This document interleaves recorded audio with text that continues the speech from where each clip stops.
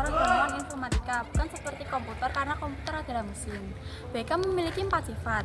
1. Abstraksi, yaitu menyarikan bagian penting dari suatu permasalahan dan mengabaikan yang tidak penting sehingga mempermudah fokus pada solusi. 2. Algoritma, yaitu menuliskan otomasi solusi melalui berpikir algoritmik, langkah-langkah yang terurut untuk mencapai suatu tujuan atau solusi. Jika langkah yang runtut ini diberikan ke komputer, kalian akan dapat memerintah komputer mengerjakan langkah tersebut.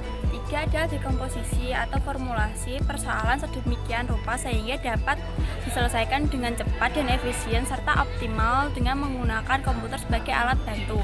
Persoalan yang sulit apalagi besar akan menjadi mudah jika diselesaikan sebagian-bagian secara sistematis. 4. Pengenalan pola persoalan, generalisasi, serta mentransfer proses penyelesaian persoalan ke persoalan lainnya yang sejenis. Berpikir komputasional dibagi menjadi 2. Yang pertama adalah struktur data. Sebuah struktur data adalah cara penyimpanan, penyusunan, dan pengaturan data di dalam media penyimpanan komputer sehingga data tersebut dapat digunakan secara efisien dan sebagai cara untuk mengatur dan menyimpan data.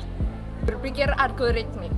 Berpikir algoritmik sendiri adalah pendekatan pemecahan masalah yang melibatkan pemecahan masalah menjadi serangkaian langkah atau prosedur yang jelas dan logis yang dapat diikuti untuk mencapai solusi. Struktur data dibagi menjadi 2, stack atau tumpuan.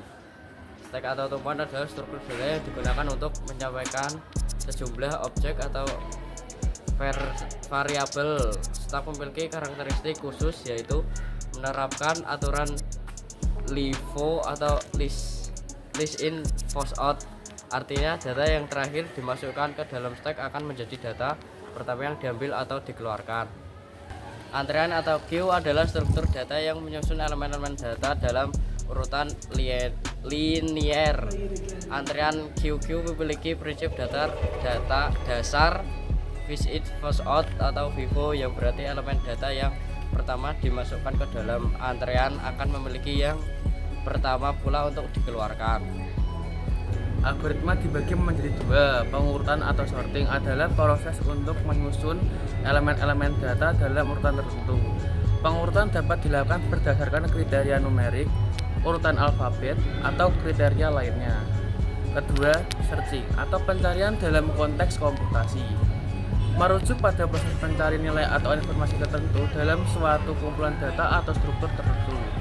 Tujuan dari pencarian adalah untuk menemukan elemen atau informasi yang memenuhi kriteria atau kondisi tertentu. Ada beberapa jenis pencarian atau searching. Di antaranya, yang pertama yaitu pencarian sekuensial, yaitu membandingkan setiap elemen secara beruntun mulai dari elemen pertama hingga elemen yang dicari ditemukan atau hingga elemen terakhir.